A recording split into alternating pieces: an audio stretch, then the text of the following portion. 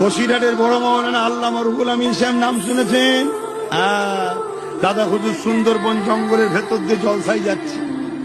অনেক ছোট ছোট গ্রাম থাকে না, এখন তো আমাদের ঘরে নিয়ে গেলে দামি দামি গাড়ি করে নিয়ে যায়, তখন তো গরুর গাড়ি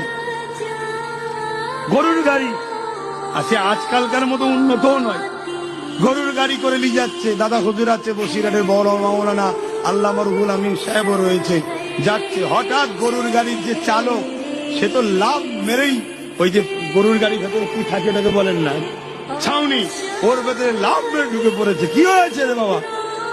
হুজুর দুটো বাঘ সামনে, গরু তো লাফালাফি শুরু করে দিয়েছে। দাদা হুজুর রহমাতুল্লাহ আলাইহি আল্লামা রুহুল আমিন সাহেবকে বার করলেন। বাবা রুহুল আমিন, মুখটা দেখাও না বাবা, একটু দেখাও।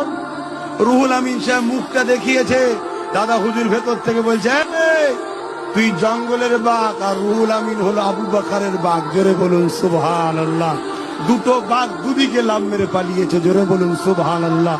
গল্প শোনাচ্ছি না, ওলিদেরকে এই পাওয়ারটা যিনি দেন তিনি কে? বাঘকে যিনি সৃষ্টি করেছে তিনি কে?